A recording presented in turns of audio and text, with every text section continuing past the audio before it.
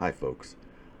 We're going to discuss the timeline that we're all seeing in Hollywood entertainment and movies of America's destruction, um, really from 2023 going forward. And I don't want you to fixate on the specific dates. Just let's focus on the time frame. So if a date's passed, it was 2023. Don't worry about that. Worry about what they're showing us and telling us, and apply it to today and going forward, because they're telling us they're going to destroy the country. Not going to get too deep into the Bible, but I just want to make you aware of a few things. So let's get right into this. And I just want to hit Matthew 25, 31 real quick. When the Son of Man shall come in his glory, and all the holy angels with him, then shall he sit upon the throne of his glory. And before him shall be gathered all nations, and he shall separate them from one another, as a shepherd divideth his sheep from the goats. And he shall set the sheep on his right hand, but the goats on the left. And basically, I'm not going to read too much into this, but it's basically saying that those that he separates on the right, in an allegorical sense, the sheep, these are innocent and pure-hearted. These are the ones that are going to ascend to heaven. And it goes into what happens to the goats that were sorted onto the left, and they are the ones that are going to be with the fallen and descend into hell. And they know this, and they use it against you. Every piece of clothing out there has a left-hand accentuation, period. And you'll see now one of the things is to have the left drawstring down just a little bit farther than the right. That's not by mistake. They pay a lot of money to take these pictures, man, and that is legit. And you've seen this other half tuck thing that they're doing. That's just to accentuate the left-hand path. Okay, that's what they're doing. It's really subtle. And in the movie In the Tall Grass, I noticed that the director was taking liberties with the right and left. And it was when this guy was not doing the right thing, which was most of the time, the pocket was on the left side, but for a moment he was trying to be the real good guy and a stand-up dad, and he was doing the right thing, and it was on his right. The pocket was on his right side for a scene. Subtle. So I want you to pay attention to that left-hand path. That's indicative of people that know, and they know what they're doing, and they know they're evil, and they know they're going to hell, and they accentuate that left-hand path. That's how it's done. That's the secret. That's one of the secrets anyway. There's a bunch. The big secrets are in these two Bible verses. 2 Corinthians 4:4, in whom the God with a little g, of this world hath blinded the minds of them which believe not, lest the light of the glorious gospel of Christ, who is in the image of God with a capital G, should shine unto them. So that's saying basically the devil is God of this world. That's Lucifer, that's Satan, that's the adversary. Okay, he's God with a little g of this world.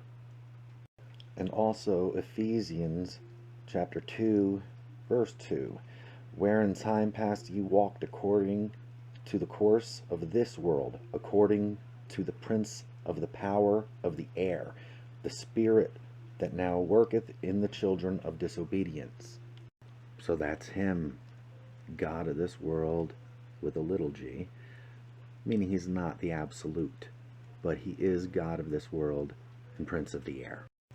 And since we're discussing this left-right paradigm, okay, of who's going up and who's going down, I just want to show you that, like, the way we view our galaxy, the way this is presented to us in universal view, is things ascend up on the right and down on the left, and the planets also rotate in that way. So that's universal, natural, and biblical law. And you got to wonder why everything we do descends on the right and goes up on the left. Everything we do goes against that natural law, from turning on the radio, turning a knob, to the way we tell time, all of it. The way you tighten things to make them work. And it strikes me as odd, but it's not. It's by design. And I want to get into the 6 and the 9, and I want you to really take a look at these two, not as just your basic numbers, but look deeper and look at the symbol and what's being communicated. If you look at the 6, okay, it's a mirror image. I mean, a complete reversal of the 9. And there's a reason for that. If you look at the path of the 6th, just follow me in terms of how you would actually write it. It descends on a path downwards, circling, and that references hell. The 9 actually ascends on a path ascending up, circling up top. And if you look at them as paths to eternity, one being down low, one being up high, they kind of make sense. And then when you put them together, getting rid of obviously the paths after judgment, what you're left with is two circles, one atop the other. And if you look at the 8, that symbol stands for eternity, okay? But the way I was raised, the way I knew this, and you can even look at these images, but the 8 ball, even from back in the day, had a littler circle up top and a bigger circle down below to reflect you know, a lot more people are going down below in this eternity. Okay, and that is actually, you have to look at the symbols for what they actually represent. So basically, a lot more are taking that left-hand path down than are taking that right-hand path up. The Bible actually compares this to a drop to a wave, and that's who will be saved, is the drop, and the wave is what's going down. So that should give you a better understanding of the symbols of the 6, 9, and the 8 and how they represent each other. And just want to show you how thorough the Lord is. I looked up goats and sheep and chromosomes and things like that, and actually goats have 60 chromosomes, so it's the 6, right? And sheep have 54, the 9, right? 5 plus 4 is 9, and that's how thorough God is. And they know this, and they use this in their own system of communication, but also to try and get over on you as well. You've heard of a hex, right? Putting a hex on you. It's a hexagon or hexagram. This is sacred geometry. That's why it's called that. It's straight out of Kabbalah. And you'll notice, like, it's in everything. And if you see 3 hexagons, you know what you're looking at now. It's 3 6s, right? And they're just kind of being cute, tongue-in-cheek. It's how they communicate. And here's some stills from the recent Jurassic Park movie, and the hexagons are everywhere in the background. It was like, really? But yeah, they're everywhere. So you always want to look out for the shapes. Don't let them get over on you. And this is why I wanted to share this for you. I want you to be able to kind of see all what I'm seeing after reading the Bible and being shown everything by the Lord. One of the scarier symbols that you'll find in this world is a 3-dimensional cube or rectangle, 3-dimensional. And the reason is it represents 6 sides, and it also represents like a cell or a prison or confinement. And one of the things that they actually love is cubes within cubes. So be aware of this. So wherever I see big black cubes or rectangles, I know what I'm looking at, and it's a big 6 in the color of darkness. It's disturbing. So you can see how they use the 6 against you, as well as they'll use goat references and sheep references. And one of the things where I saw this and I was blown away, this is again how thorough God is. Sheep have oblong eyes, rounded, rectangular, oblong. However, goats have straight up rectangle pupils, and it's creepy to look at. And if you know, that's why they're masons, right? They're builders, and the symbol of the goat kind of goes with that, because they've got brick pupils. So any reference to a goat is reference to Satan, hell, being a minion of Satan himself. And if you recall, 9/11, our president was reading a book to a class, My Pet Goat. So I did a little digging, and I found Yale University, okay? And I found out what Yale means. And Yale is a mythical goat creature apparently the size of a hippopotamus, that could move its horns in different ways to fight, and also had tusks. Um, that's what a Yale is. And the word Yale in Hebrew actually is an ibex, and that is one of the biggest, baddest goats around. And it's like upwards of 300 pounds. And, you see a goat, might as well call it, Goat University or Slytherin.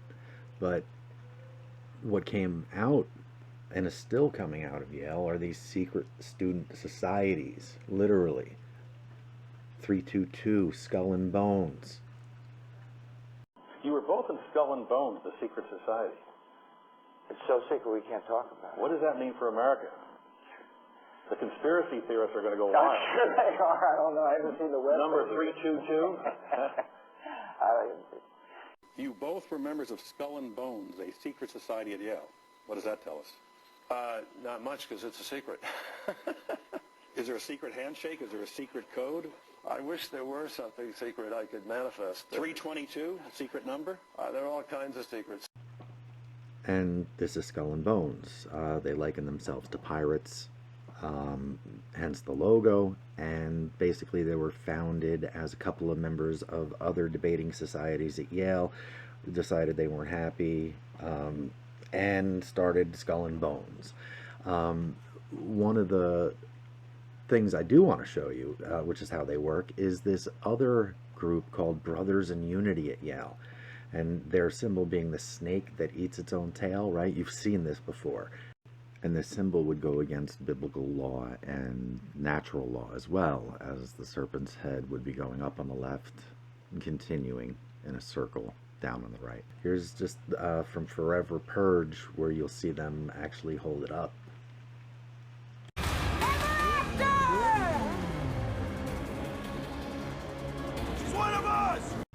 Now, back to 322 and Skull and Bones, looking at the year 322 BC, this is when the Anno Domini calendar was put into place.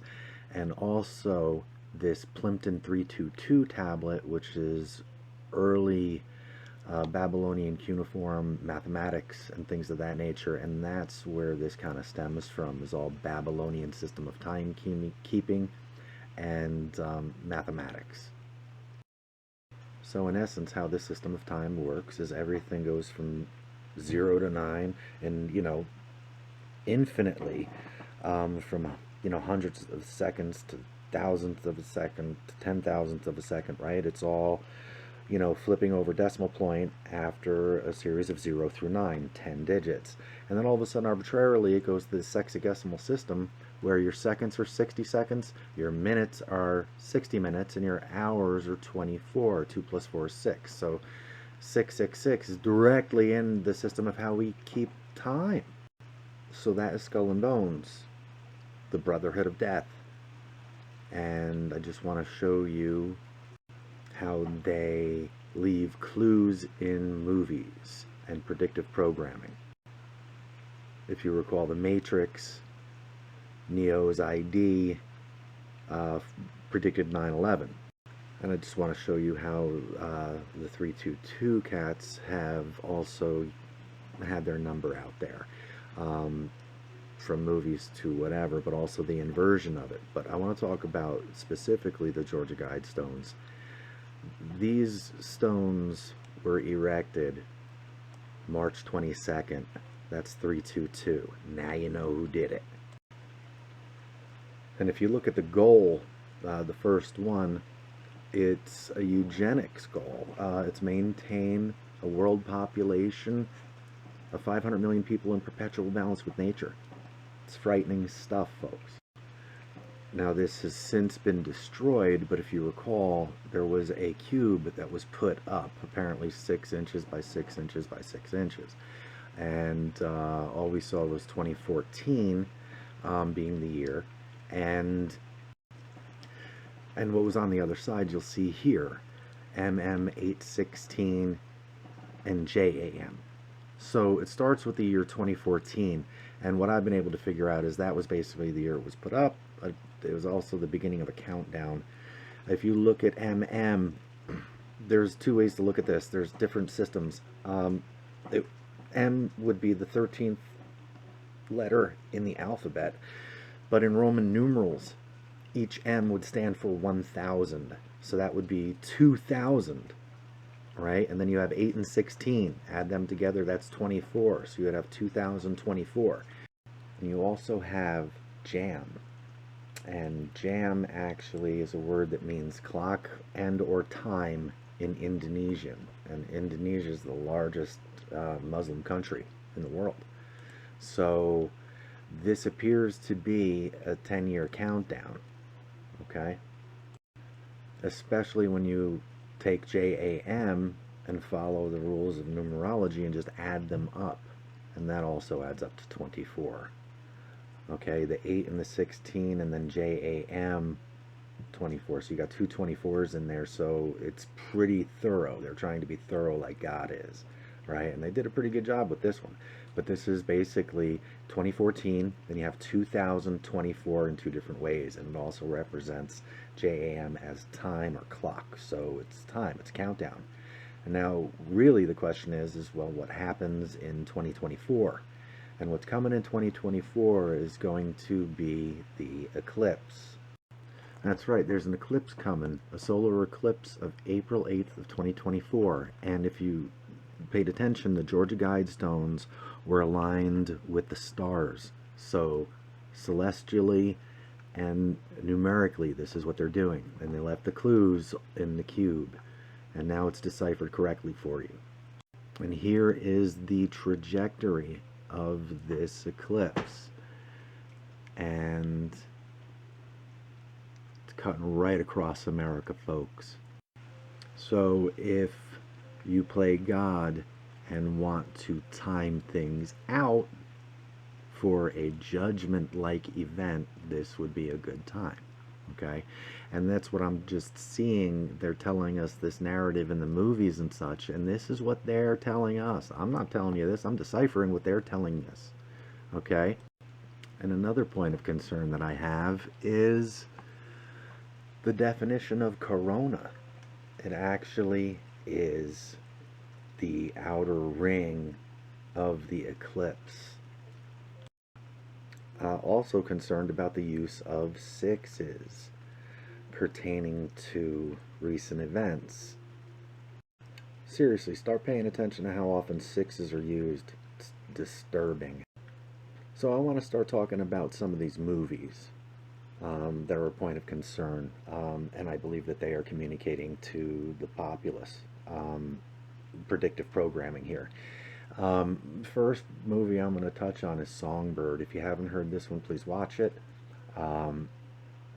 It was alright, but it's the content, and basically what it's talking about is 4 years after the initial COVID virus, it's now COVID-23. So it gives COVID a year. The COVID-19 is actually the year. And then COVID-23.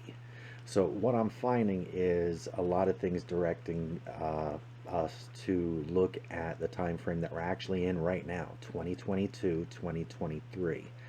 And this movie hits on it perfectly. Check it out. And folks, I'm not going in any particular order here, but I just want to hit on something that actually really disturbed me and really it was like, that's it, I've got to do this video and warn everybody. Watching the Super Bowl with my wife, I just said, look, if the fix is in, and it's them, the 322 folks, and there's, going to use this as like a warning to put, this is who runs things, and, also use it as a year of 2023 as to when things are going to happen, and that's basically what happened. I said it around just after halftime. They're going to, I was thinking maybe 32-20 or something like that. And the score wound up being 20-23. And this was, I feel, basically given to California because it might not be there anymore. If I did then searched online, and you'll see here that it's been 322 years since the last big one on this Cascadian fault line. And here, the San Andreas Fault is the big one coming. It just has to mention that it's 322 kilometers away from San Francisco. And in V for Vendetta, initially it talks about the collapse of America and that it deserved it, and this was punishment from God, this guy thinks. But when I looked at this and started doing the research on this 2022-2023 timeline that they're putting out, it showed on Wikipedia that the movie took place in 2023. That has since been taken down. Can't find it. No record of it anywhere. But if you look, the ID of Evie is an expiration date of 12/24, and the actual printout of when V broke into the television studio shows a date of 4/11. Now, if it is 2023, which it is, that when V said 1 year from now we're going to meet at Parliament and we're going to blow it up, or we're going to do our thing there, that would put this 72 hours after the eclipse. But it's also the subject matter covered in this film that reflects so poignantly to what's happening these days. So check that movie out again. And one of the big movies for me was The Watchmen. This to me read as a script from them, and if you look at the logos, they match up. So this timestamp in this movie is a little more subtle. If you look at the cab, 2022, right? And the one thing they keep saying here is the comedian's dead. The comedian's dead. And I thought about that, and I really, really pondered on that. And really what they're saying when they say the comedian is dead is that nobody's joking. Okay?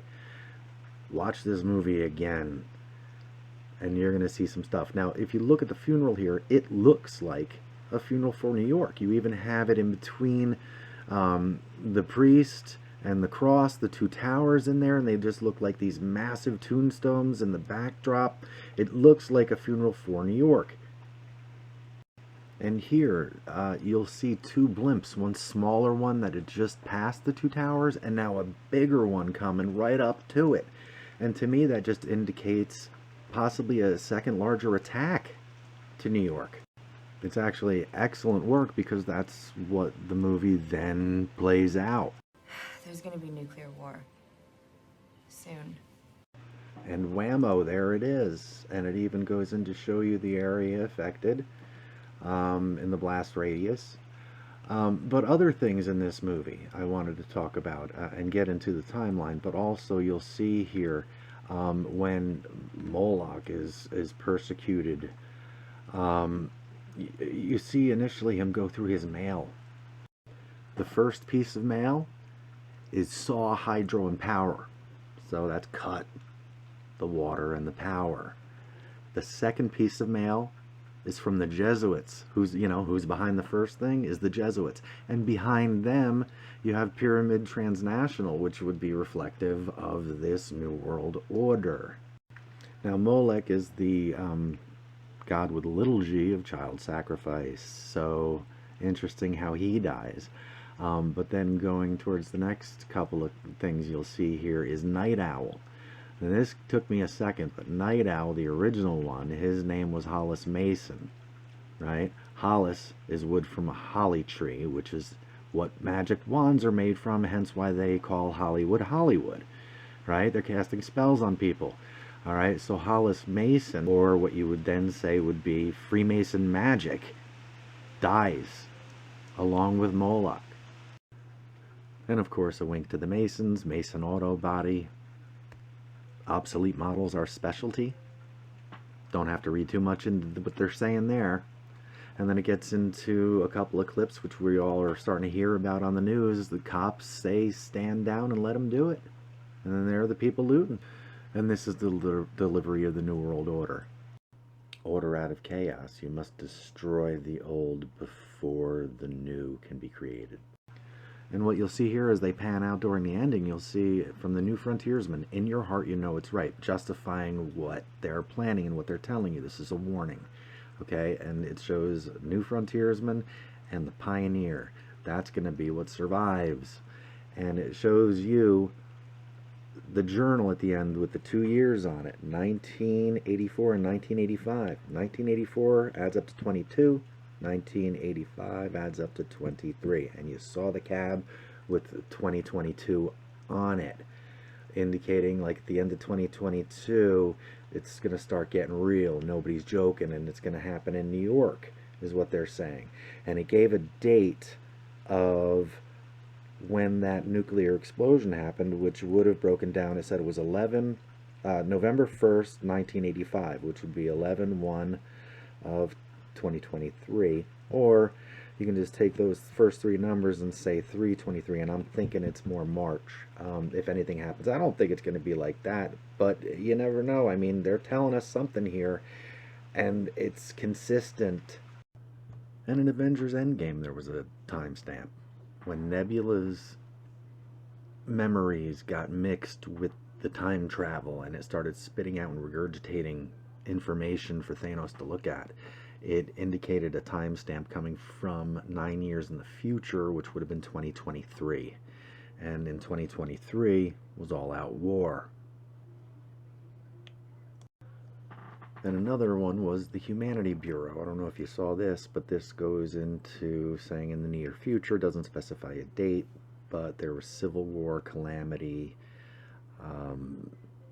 people starving, etc., and it created a bureau to then justify who should be remain in society and who should be done away with, based on if you're productive. And it didn't say a year, but right in the one opening confrontation here, you'll look at the door, and that's 223. There's also a really eerie series that was on a few years ago called The Strain, and this actually shows a nuke going off in New York at the time of an eclipse.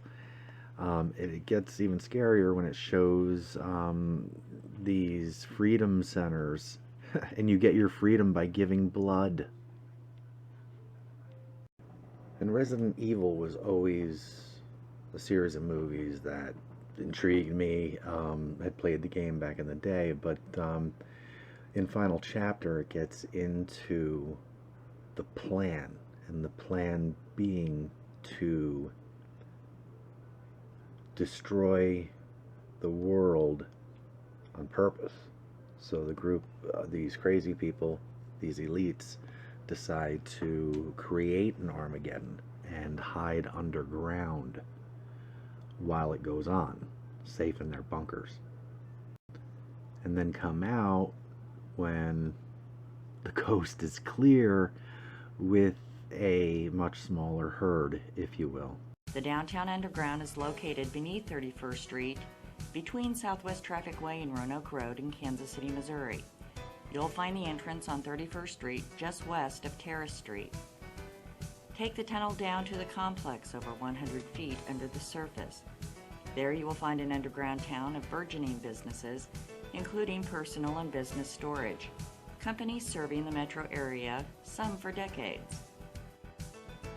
Over 804,000 square feet of space serves a variety of local and national businesses. Wide open dock-eye and drive-in warehouses, along with pleasant front office and administrative areas, serve employees every day. Other businesses and individuals find the underground's smart storage option the ultimate company and private storage solution. Underground lobbies feature comfortable break and lunch areas for tenants to step outside their workplaces to enjoy. Whether you access your suite from above-ground elevators or park at or near your door, the underground is a unique option you must explore.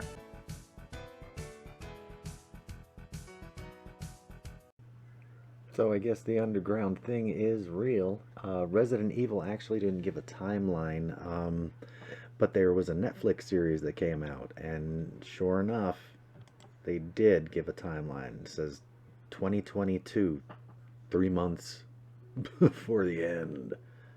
And it never really specifies where Raccoon City is, but from this preview clip you can get an idea of exactly where they're talking about the epicenter beginning is. Another movie I just want to make note of is Apocalypto. And in Apocalypto, if you recall, this was the Mayans, and they were sacrificing people wholesale leading up to this eclipse, and this is how it was done. And as the sun comes back after disappearing, the killing ceases. It's a new beginning. It's the end of an age and a new beginning. And what happened after they let that dude go? Yeah, he runs to the shoreline, running away from the people that were now just toying with him. And what do they see on the horizon? The new world. And now it's not just the one guy who's in trouble, they're all screwed, right? So look at what's being communicated here is the eclipse for certain groups indicates an end and a new beginning. And then I saw this show DMZ. I didn't get all the way through it, but what I thought was interesting was this is another show hitting on a post-Civil War thing, and DMZ is demilitarized zone. And the creepy part is how it's got the Empire State Building as a needle, and then you see her walking down the street, and it's literally upside down, almost like injected into New York City itself. And it seems like they are bracing for another civil war, if not, trying to push it along. It's crazy. So don't fall for it, folks. Just because somebody's got different colored skin doesn't mean anything. It's your faith. And going back to the 60s, there was Soylent Green. And Soylent Green is about dystopian future in the year 2022 in New York City, when the populace is reliant on the government for food and water. It's horrible out. And you really see the way people are treated and what they think in this movie. But it does go into what Soylent Green is, and it is, well, here, he says it better than I do. Soylent Green is made out of people. And that's not the first movie to discuss that. That just gives it a timeline. Remember Pink Floyd The Wall? The kids with the faceless kids walking down, falling into the meat grinder and coming out as Chuck. And they then followed that up, not connected, but anyway, they followed up the Soylent Green deal with American Carnage. Just kind of came out, and you'll see here on the little pamphlet the first letter of each word, it winds up spelling out eat you. And basically at the end you get a glimpse of the setup. Yikes. And the last movie I want to talk about doesn't really have anything to do with a timeline, but does have something important I want to talk about, and that's the original Rocky. As the announcer announces the fight, he talks about he doesn't have enough time to mention all of the luminaries from politics, show business, and sports. And if you don't know what a luminary is, I want to touch on the book of Enoch. It says, the angel said, this is the place, this is the end of heaven and earth. This has become a prison for the stars and the hosts of heaven. And the stars which roll over the fire are they which have transgressed the commandment of the Lord in the beginning of their rising. Luminary defined states a person of prominence or brilliant achievement. And it also says a body that gives light, especially one of the celestial bodies. They celebrate being a star and want to be one. They want to burn. The National Academy of Television Arts and Sciences, Natas, that spells Satan backwards, and they're coveting and chasing after a false idol and a graven image to get their star, which is a pentagram, that's what they call a star these days, in a sidewalk. They want to be stars, and that whole term came from that in the book of Enoch. You're going to be a burning luminary. Now we finish the job, Dr. Nata. Start! And just a quick warning to all those helping the God of this world with a little g. As soon as the work is done, he's coming for you. It's in every movie, it's in every biblical story. Evil doesn't share. Okay? So once all this great work is done, you saw the Watchmen. That's them right after drinking the champagne, dead on the floor. And here's my warning to the people that are planning this stuff. Ezekiel 33:27. Say thou thus unto them, thus saith the Lord God, as I live, surely they that are in the waste shall fall by the sword, and him that is in the open field will I give to the beast to be devoured, and they that be in the forts and in the caves shall die of the pestilence. So those that seek to ride this out underground will die of the pestilence. And we know how they love to do things backwards, or have a reflecting pool to show the reflection of an achievement or a grand thing. But not sure if you know what a palindrome is, and this is my warning to everybody in terms of the best date of any kind of problem that I could foresee, and that would be the same thing spelled forward and backwards, a word or numbers. For example, 2002, 2002 is the same forwards and backwards. And there have been a bunch of palindrome dates. They like this stuff. It's the forward and reversal, the reflection, if you will. And what concerns me, because everything's pointing out to the end of 2022 and the beginning of 2023, or throughout 2023 leading up to this eclipse in 2024, is the palindrome of 322. The date would be 3/22/2023, and that concerns me, just knowing how they love their numbers and all of this. So just mark that on your calendar, keep an eye out for March of 2023, that palindrome. And I'm just going to include this pic of Miley Cyrus where she included the caption of, "Can you see Satan?" And if the only thing I can see is if you look at that license plate, to me it's a warning. That JYD, that's J is 10, Y is 25, and D is 4. It breaks down to a single digit of 3. And if you leave the rest of the numbers the same, except for K is 11, so it would basically be 323-911. I'm not saying anything else, but that's the only thing I get out of that. And it fits as if it would be a wink wink warning. And I just want to get into the word apocalypse. In my mind, the root words, I know this goes back to Greek and all of that, but the root words in our language would be epoch and eclipse. Epoch being an event or time marked by an event that begins a new period or development. Right? And we all know what an eclipse is. So you put the two together, epoch and eclipse. It's a new time, prominent something happening during an eclipse. So I want to read Isaiah chapter 53 for all those who are still undecided about the Lord and the true one and only religion in this world, and the only thing that's real is Jesus. I just want to read this to you. This is the Old Testament, Isaiah 53. Who hath believed our report?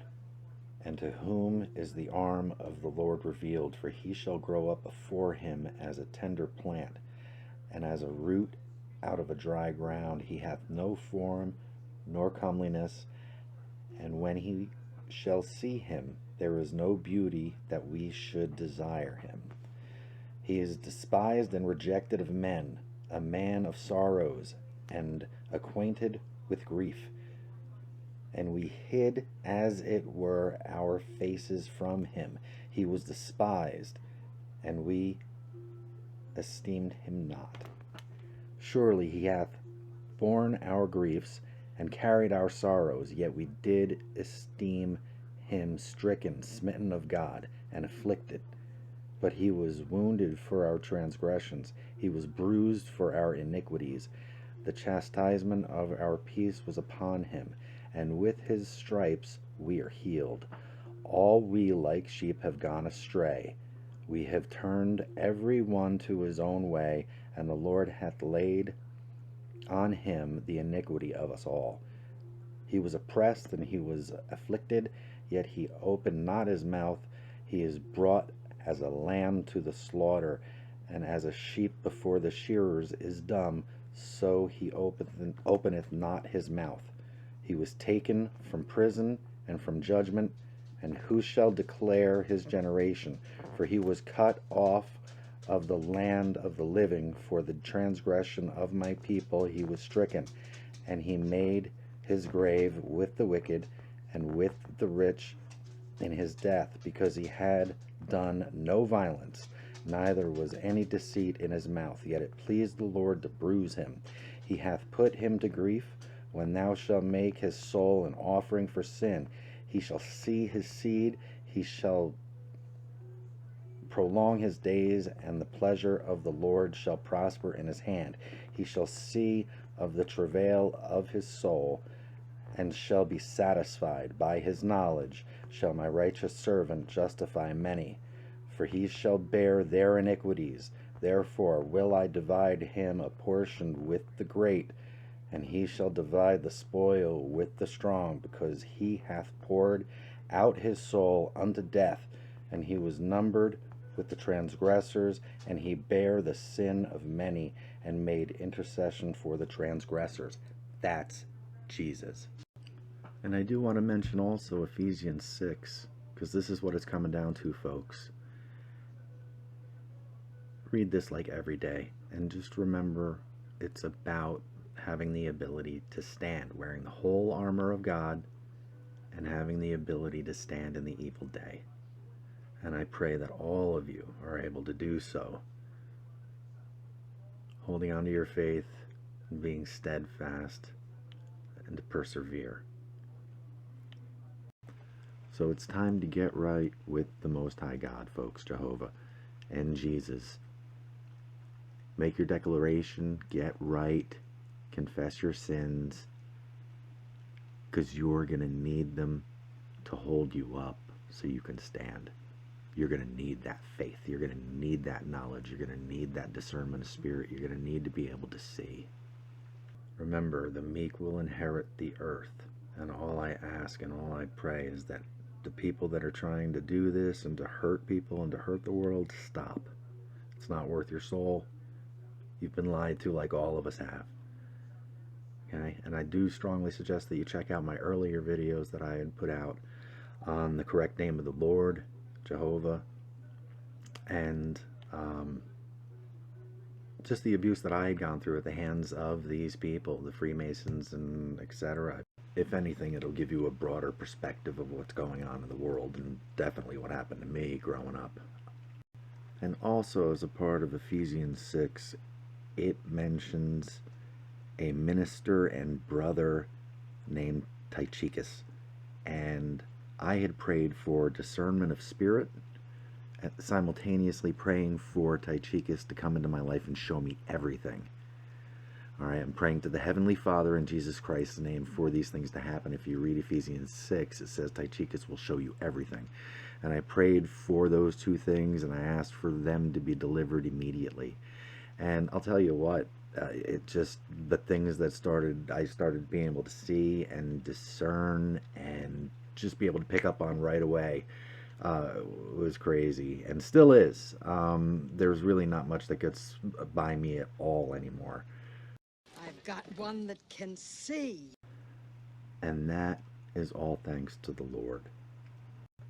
So when you read the Bible, which I hope you will do every day or as often as possible, speak it aloud. It changes everything around you. The vibration has an effect on the water. Look it up, and it changes you. Okay? It heals.